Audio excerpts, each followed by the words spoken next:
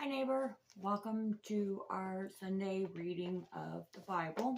We're continuing in Genesis um, uh, 37.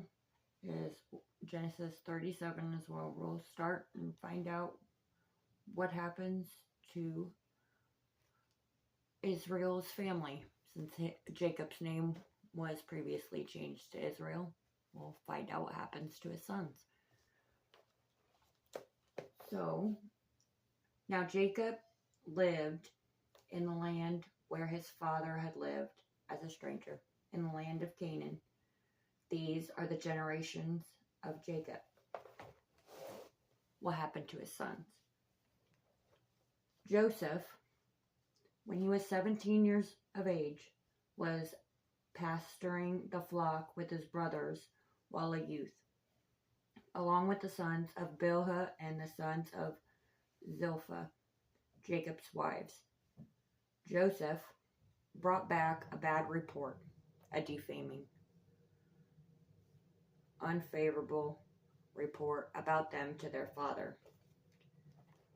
Now Israel loved Joseph more than all his sons because Joseph was the son of his old age. Jacob fashioned Joseph a multicolored or special long-reaching tunic, and his brothers saw that their father loved Joseph more than all his brothers, and they hated him and could not speak to him on friendly terms. Then Joseph had a dream. When Joseph told it to his brothers, they hated him even more. Joseph said to them, "Please listen to this dream which I have had. For behold, we were binding sheaves in the field, and my sheaf stood up and also remained standing, and your sheaves gathered around and bowed down to mine." Then his brothers said, "Are you actually going to reign over us? Or are you really going to rule over us?" So they hated Joseph even more for the dream and for his words. Then Joseph had another dream and informed his brothers of it, and said, "Behold, I have had another dream. The sun and the moon and 11 stars are bowing down to me." He also told his father as well. Jacob rebuked him and said, "What is this dream that you have had? Am I and your mother and your brothers actually going to come to bow down to the ground before you?" Joseph's brothers were jealous, extremely envious, but his father kept the saying in his. Then Joseph's brothers went to pasture their father's flock in Shechem. Israel said to Joseph, "Are your brothers not pasturing in Shechem? Come, and I will send you to them." Joseph said, "I will go." Then Jacob told him, "Go now and see about the welfare of your brothers and the flock, and bring word back to me." So Israel sent Joseph from the valley of Hebron, and he came to Shechem. A man found Joseph, and behold, he was wandering in the field. The man asked, "What are you looking for?" Joseph said, "I am looking for my brothers. Please tell me where they are pasturing." Then the man said, "They have moved from here, for I heard them say, 'Let's go to Dothan.'" So Joseph went after his brothers and found them in Dothan. When they saw Joseph coming from a distance, and before he came closer to them, they plotted against him to put him to death. The brothers said to one another, "Here comes the dreamer. Now then, come, let us kill him and throw him in one of the pits, and we will say a vicious animal devoured him." Then we will see what will become of his dreams. But Reuben heard and rescued him out of their hands by saying, let us not take Joseph's life. Then Reuben said, shed no blood. Throw him into the pit that is in the wilderness, but do not lay a hand on him. That was so he might rescue him out of their hands to return Joseph to his father. So it came about when Joseph reached his brothers that they stripped Joseph of his tunic, the unique tunic that was on him, and took Joseph and threw him in the pit, or a well. Now the pit was empty without any water in it. Then the brothers sat down to eat a meal. As they raised their eyes and looked, behold, a caravan of Ishmaelites were coming from Gilead, with their camels carrying spices, balm, and myrrh, on their way to bring down to Egypt. Judah said to his brothers, what profit is it to us to kill our brother and cover up his blood?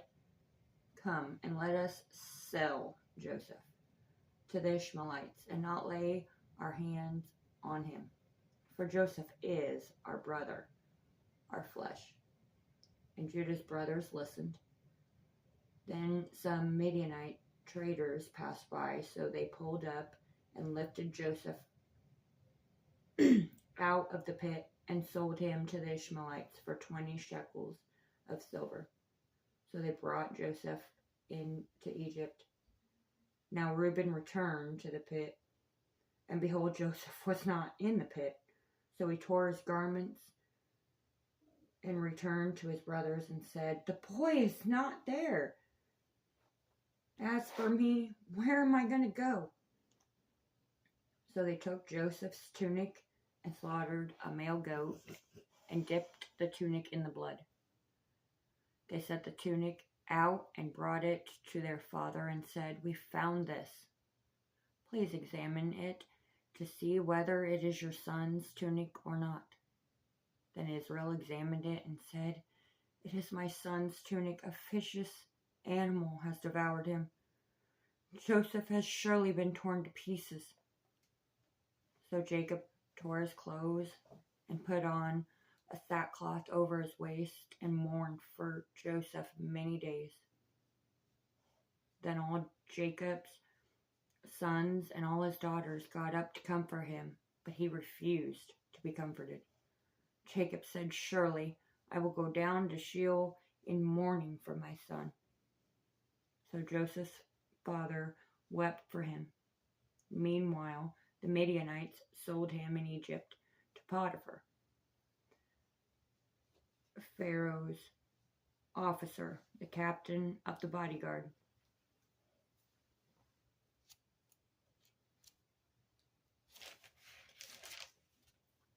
And it came about at the time,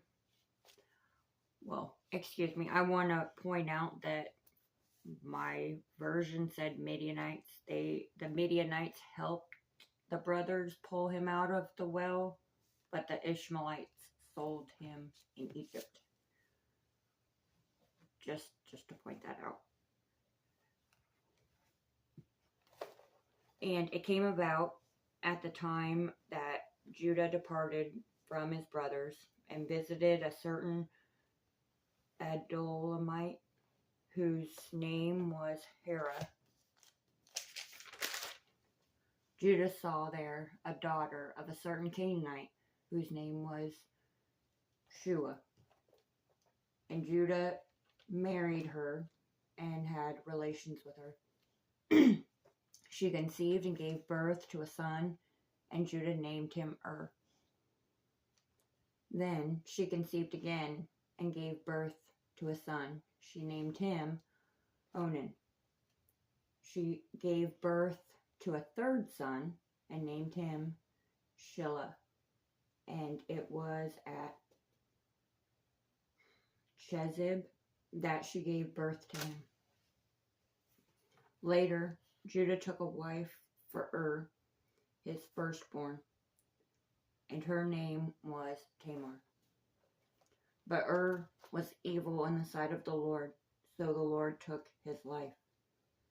Then Judah said to Onan, have relations with your brother's wife and perform the duty as a brother-in-law to her and raise up a child for your brother.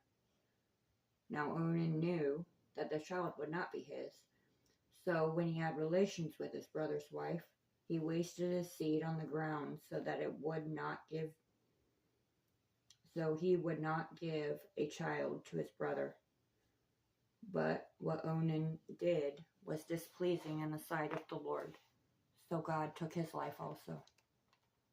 Judah said to Tamar, remain a widow in your father's house until my son Shelah grows up, for Judah thought that Shelah too may die like his brothers. So Tamar went and lived in her father's house. After a considerable time,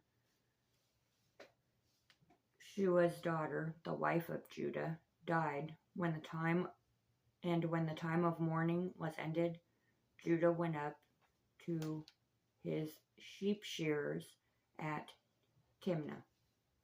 Judah and his friend Hera the Adulamite went. Tamar was told, behold, your father-in-law is going up to Timnah to shear his sheep. So Tamar removed her widow's garments and covered her head with a veil and wrapped herself and sat in the gateway of Enaim, which is on the road to Timnah, because Tamar saw that Shelah had grown up and she had not been given to him as a wife. When Judah saw her, he assumed she was a harlot because she had covered up her face. So Judah turned aside to her by the road and said, here now, let me have relations with you, for he did not know that she was his daughter-in-law. Tamar said, what will you give me, that you may have relations with me? Therefore Judah said, I will send you a young goat from the flock.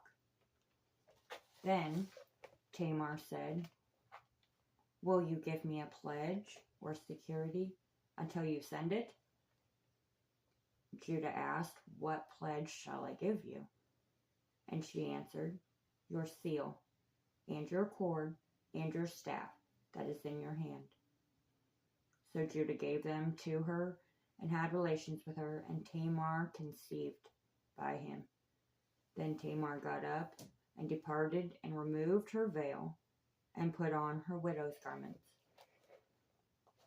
When Judah sent the young goat by his friend, the Adulamite, to receive the pledge from the woman's hand, he did not find Tamar. He asked the people for her place, saying, where is the temple prostitute who was by the road at Enaim? But they said, there has been no temple prostitute here. So he returned to Judah and said, I did not find her. And furthermore, the people of the place said, there has been no temple prostitute here. Then Judah said, let her keep them, otherwise we'll become a laughingstock. After all, I sent the young goat, but you did not find her. Now about 3 months later, Judah was informed, your daughter-in-law Tamar has prostituted herself, and behold, she is also pregnant by prostitution. Then Judah said, bring Tamar out and have her burned. It was while Tamar was being brought out that she sent to her father-in-law, saying, I am pregnant by the man whom these things belong. Please examine and see whose signet ring and cord and staff are these.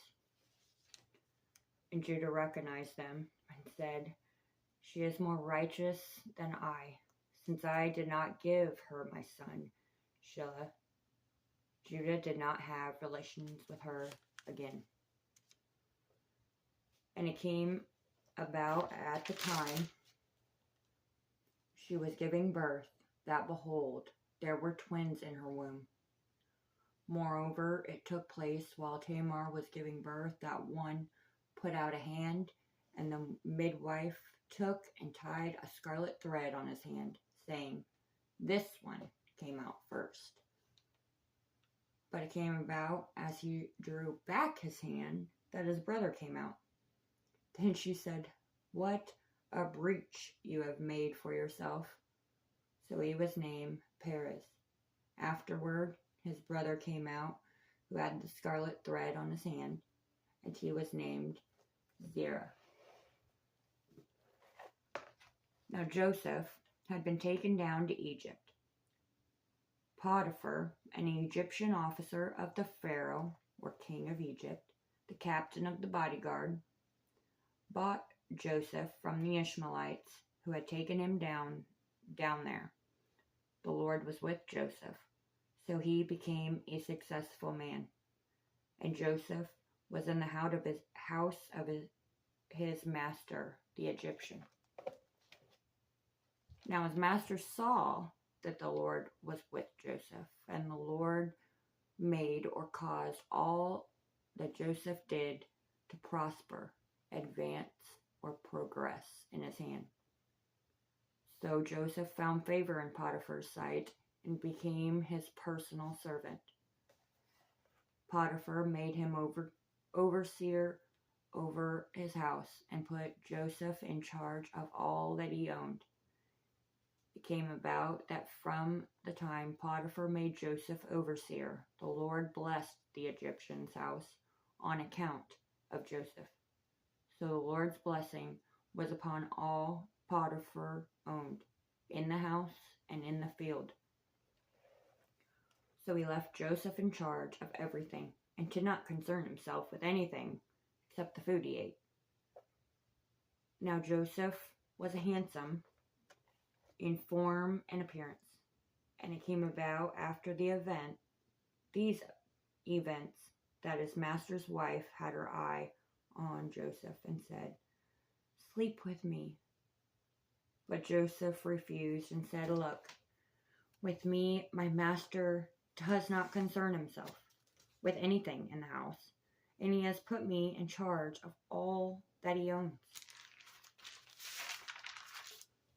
There is no one greater in this house than I, and he has withheld nothing from me except you, because you are his wife. How then could I do this great evil and sin against God?" Though she spoke to Joseph day after day, he did not listen to her, to lie down beside her to be with her. Then it happened one day that Joseph went into the house to do his work, and none of the people of the household was there inside. So she grabbed Joseph by his garment, saying, "Sleep with me." But Joseph left his garment in her hand and fled and went outside. When she saw that he had left his garment in her hand and fled, she called to the men of her household and said, "See, Potiphar has brought in a Hebrew, one from beyond, to us to mock or make fun of us." Joseph came in to me to sleep with me, and I screamed. When he heard that I raised my voice and screamed, he left his garment beside me and fled and went outside. She left Joseph's garment beside her until Potiphar came home. Then she spoke to him these words: "The Hebrew slave whom you brought to us came in to me to make fun of me. But when I raised my voice and screamed, he left his garment beside me and fled outside." Now when Potiphar heard the words of his wife, saying, "This is what your slave did to me," his anger burned. So Joseph's master took him and put him into the prison, the place where the king's prisoners were confined. Joseph was there in prison, but the Lord was with Joseph and extended kindness to him and gave him favor in the sight of the warden of the prison. The warden of the prison put Joseph in charge of all the prisoners who were in the prison. So whatever was done there, Joseph was responsible. The warden of the prison did not supervise anything under Joseph's authority because the Lord was with him, and the Lord made whatever Joseph did prosper.